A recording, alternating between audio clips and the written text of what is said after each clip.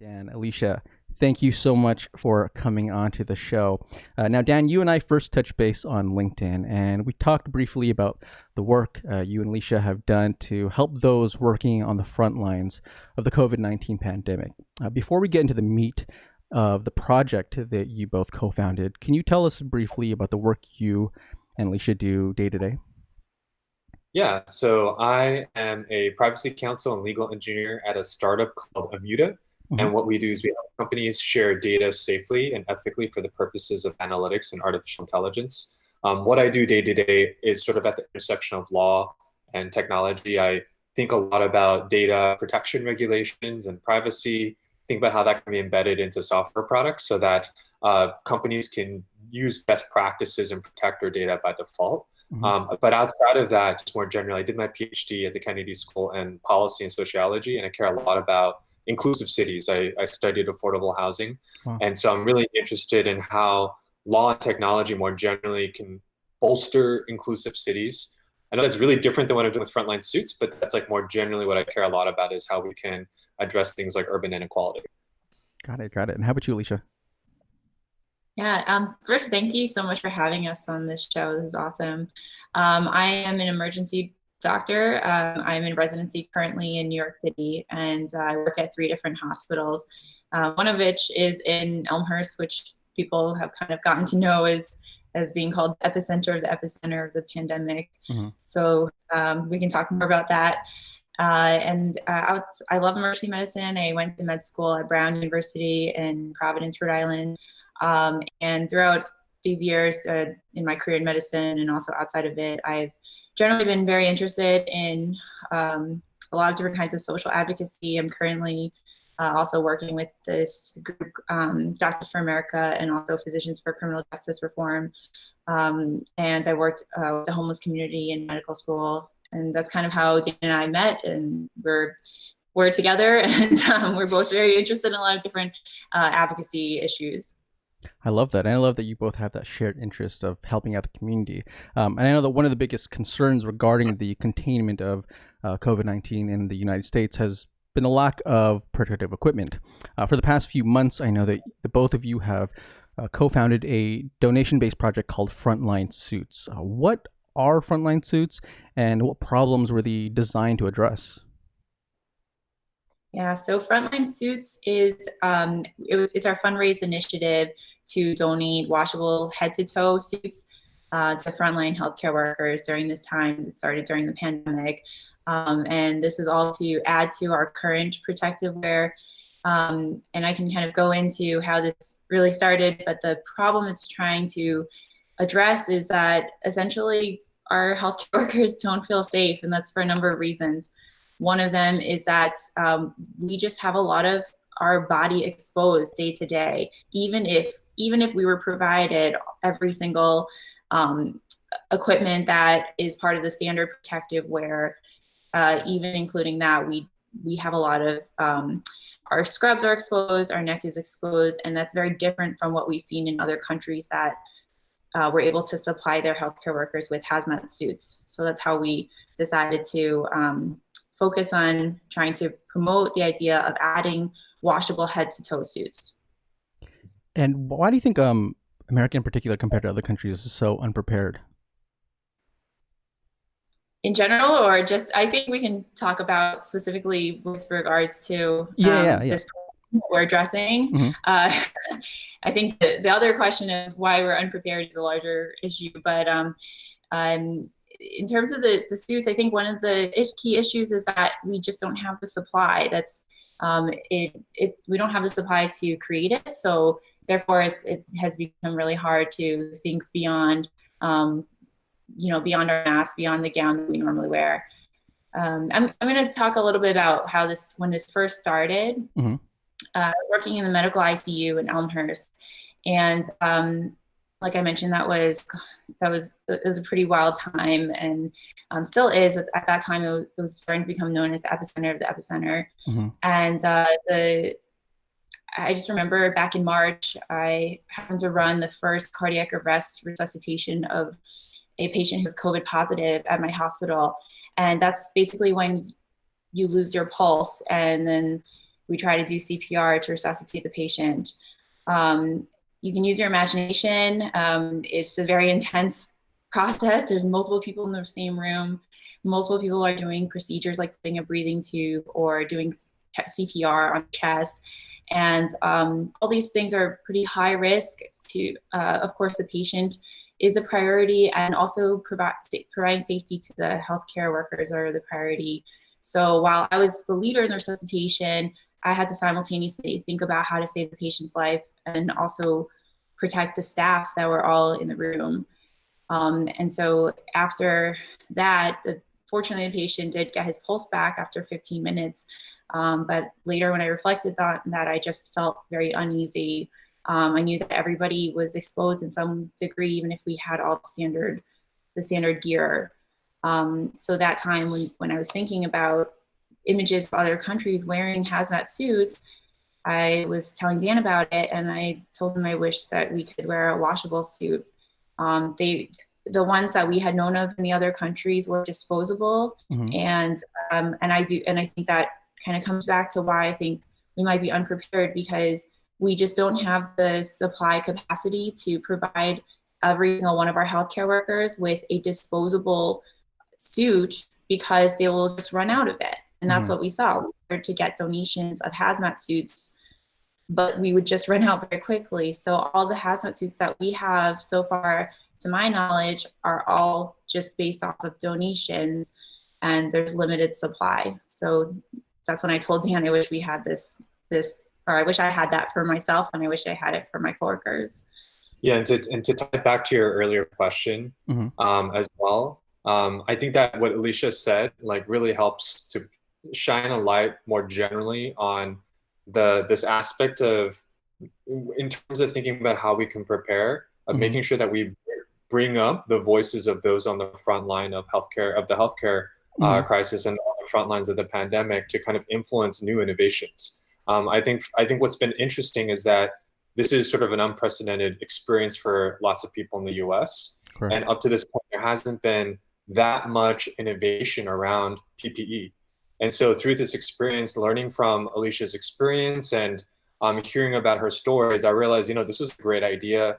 Why wasn't there more being done in terms of balancing that idea of full protective coverage, learning from other countries abroad, but also making it reusable? And so that's why we were like, we should actually do this.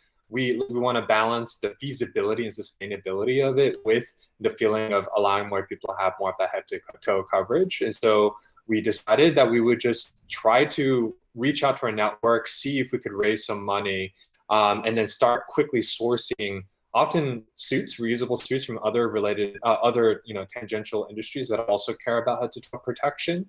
Unfortunately, we were able to raise about $50K in a day or two. Wow. And then we donated up to date about 1,000 suits to 4 different New York City safety net hospitals. So it's been an amazing experience. There were lots of struggles that problems that we had to overcome. But I think a huge part of, going back to your question, supply, and also the healthcare system doesn't necessarily lift up the voices of those at the front lines of crises, not just healthcare crises, but lots of other crises. And so I think that was a major blocker. Yeah, I remember reading the article that you had published in CNN titled "My Team Fights to Save the Sickest Patients, Give Us Head-to-Toe Protection," where you spoke about the frontline suits and how healthcare workers in other countries have dealt with their infected workers. And I know that frontline suits is clearly a solution that we need to ensure more healthcare workers feel safe during their job. But I'm wondering, how do we expand this solution? Because I know that this is, the initiative that you've done is helping out so many people. But obviously, our whole entire country is in this hole right now. So how could you scale this? Where could this idea go from here? I think that's a great question.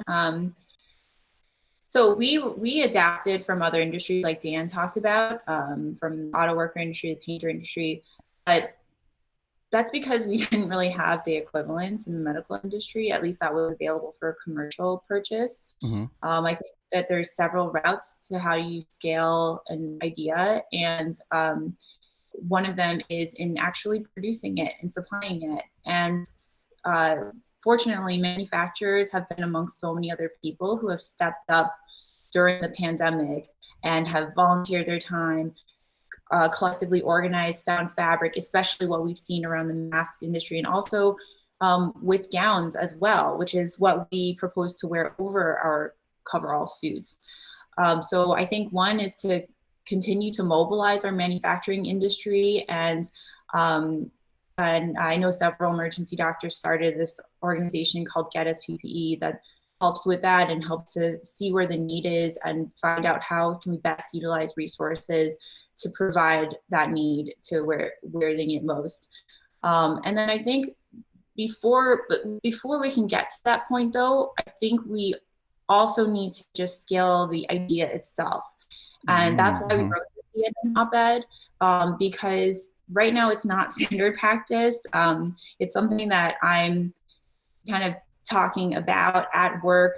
People realize like a lot of it is common sense. Yeah, if you add another layer of garment of some kind of barrier, then it can, and it's not replacing your existing protective wear, then it can only add to the barrier between the contaminant and your skin. And that way you could just take it off before you go home and decrease the risk of spread of any contaminants to your family, to the subway that you sit on, to the Uber, the cab that you sit in. So when I start talking about this, I think people realize, oh yeah, there is a lot of common sense to this. I wish we had more of it. So I think spreading the message of why this is common sense, why this is something we need to do, and especially now that we know that COVID is so much more than spread by respiratory droplets and aerosolization, that's definitely a key component. But already since this started, more research has come out showing that so much of how COVID is spread is by contact, and it lasts up to 3 days on a surface. So while cleaning your surfaces and washing your hands is good, we can also take extra measures to reduce the risk of spreading that transmission. So all of this put together, I think being able to spread the word and then hopefully leading that to mobilize our manufacturers and supply chains to be able to provide this. One additional thing I'd love to add there as well is this idea of like raising the standard as well. Part of the reason that we started this is that this isn't traditional wear in Frontlines, right? This people aren't currently typically wearing coverall suits right now. You might have seen this in sort of our CNN article that you referenced or on our website, where a lot of times what people wear is like a scrub, and then they just have a very light disposable gown. That exposes, their neck, their arms, and a lot of parts of their body.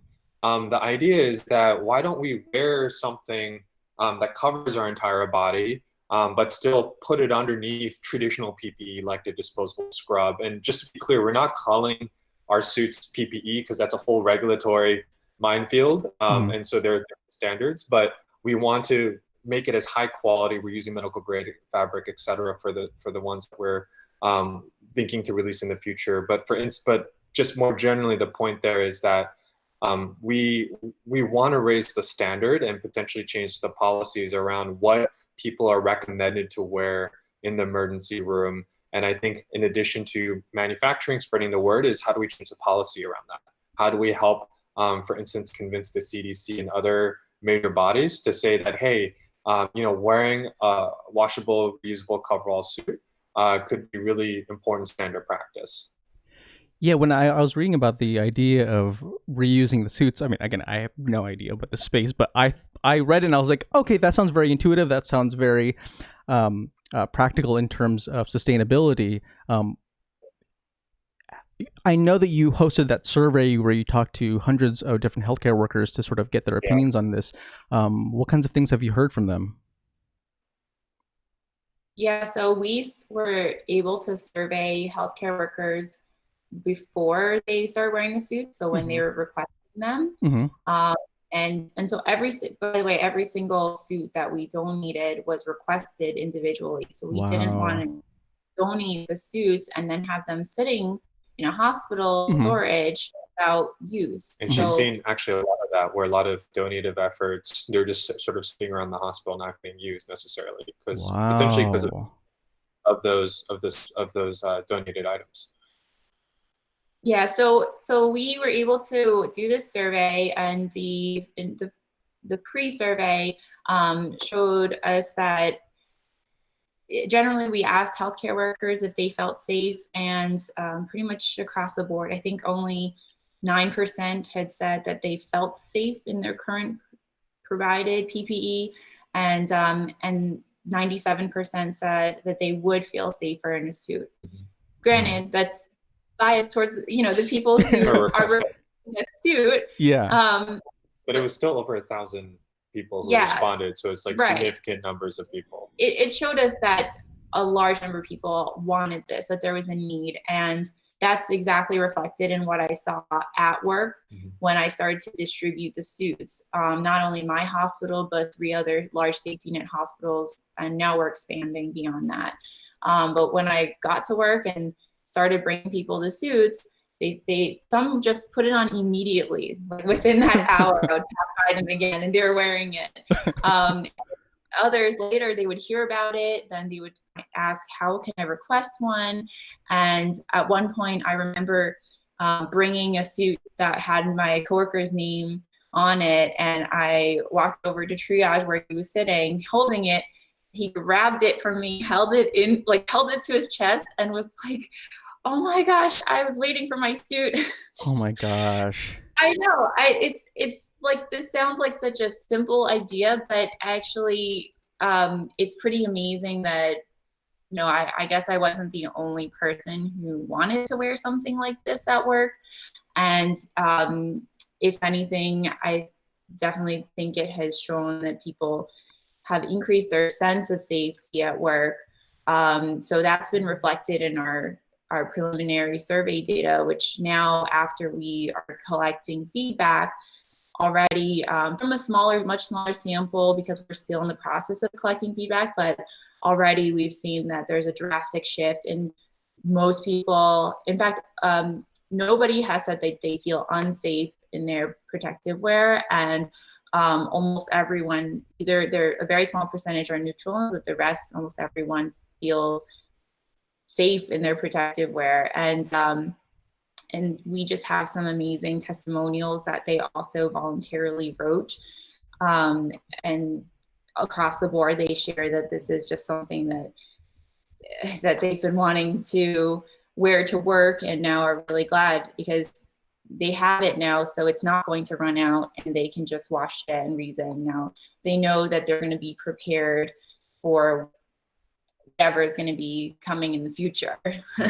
If I could just add one more quick thing to that, and to your point about scaling up, one thing that we are acutely aware of is that there's potentially a difference between someone feeling safe and someone actually being safer. And one of the ways that we're really trying to manage that is being really clear up front, again, about appropriate ways to use the suit, making sure that it's still being supplementing existing PPE, trying to educate people to understand that you shouldn't be riskier because of this. What the goal of this is to make to sort of manage anxiety, but also increase coverage over bare skin, which, as we said, intuitively would make a lot of sense. And there's, she's pulled up some interesting articles about all the potential transmission over people's skin because of their exposure. So another goal that we do have is to examine this a bit more scientifically, examine the reduction in exposure rate. But in terms of just looking at other countries and their ability to use head-to-toe suits, as well as sort of the day-to-day experience of those on the front line, it's been overwhelmingly positive, and we hope to keep doing this type of data collection to prove out the value proposition. I love this, and I think that for me, this is really close to home because I have plenty of family members who are in healthcare, and so they live in California, and I'm oftentimes worrying about their health and safety given the nature of their work. And given for you, Alicia, how close you are, and being that you're at the epicenter of the epicenter, how have the two of you been, especially you, Alicia, how have you been handling the whole mental health aspect of this? Like, I'm sure this weighs down on you. I know that I was reading an article about you, having to deal with patients who have passed from COVID-19. So, I mean, in these few months, how have you been feeling? Yeah, I really appreciate your question and having to focus on mental health, because I think that clearly this pandemic has affected everyone, whether you're on the front line or you're not, if you're at home. I think it's really tough.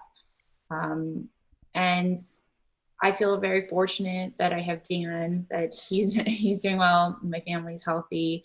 And I know that's not the case for everybody right now.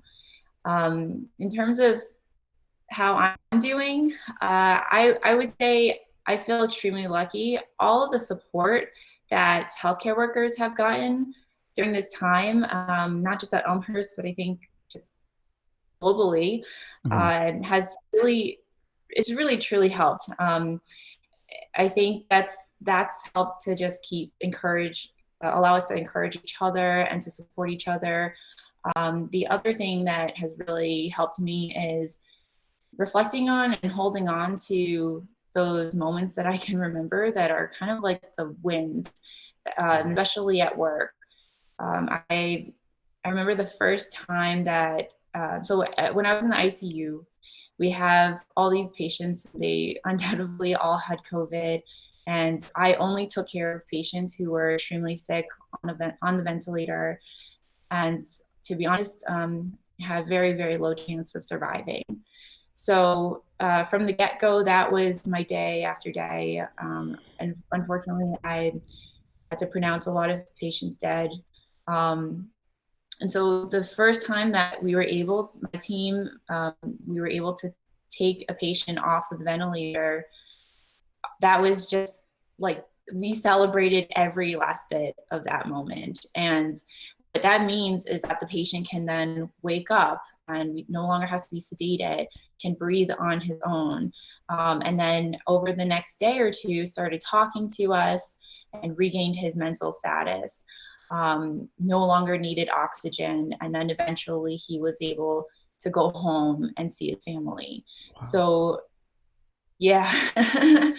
And when you kind of break it down to what that means in a real life, human, raw level, when you think about that, it's just so important to remember how valuable one life is. We are constantly looking at the numbers of deaths and statistics, and it's really terrifying. But I try to hold on to those moments and think about the wins and remind myself that every single patient matters, and everything that we're doing matters. So that's actually helped me a lot. And I also want to give Dan a chance to talk about his perspective, because he has been at home, but also supporting me and kind of just in every single way. I don't really have anything to add to it, except like when I hear the stories from Alicia, I'm just like, that's awesome. And honestly, like ironically, one of the best mental health anecdotes for me, being cooped up inside, is be able to help Alicia in this way, to be a partner to support her with Frontline suits and hearing about her stories and, coming up with this thing together. It's been great to kind of like put my sometimes overactive mind on something. And it's been great to kind of hear the stories that she's seen and the impact this has made on the lives of her coworkers. Just to kind of tie it back to what we're talking about the survey data, I think one of the biggest stresses for people on the front lines is that they don't feel like they're being protected enough. That's a major source of mental health and anxiety, feeling like they've been neglected, feeling like they're going to bring COVID home to their families. And so I think, ironically, you would think this would be a health thing, but honestly, the suits project, overwhelmingly from the survey data, it's also been the fact that they feel more protected, that they feel like someone cares about them, that they don't feel neglected. And that's been like really interesting, is like the symbolism of trying to provide that help and build that relationship through the suit's been really powerful for me. Wow. I mean, I have so much appreciation because, the work that you're doing with this Frontline Suits. I mean, Alicia, you're already sort of at the center of all this, but with this effort, you're really sort of rushing to the fires to go ahead and help people out. And especially at this time, we need more people than ever to sort of step up. I would love to have you, on to pick your brain more, but I want to go ahead and leave you all some time to go save out the world. But before we head out, where can we find more information about Frontline Suits, and how can our audience help you out?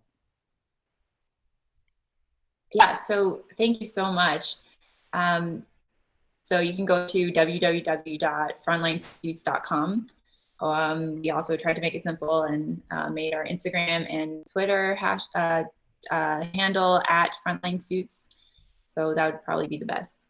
Awesome. Yeah, I would say the biggest way everyone can help is to, spread the message. On our site, we have a form that people can sign to say that they publicly support our project, and our fundraiser is still open as well if people want to donate, if they have the means.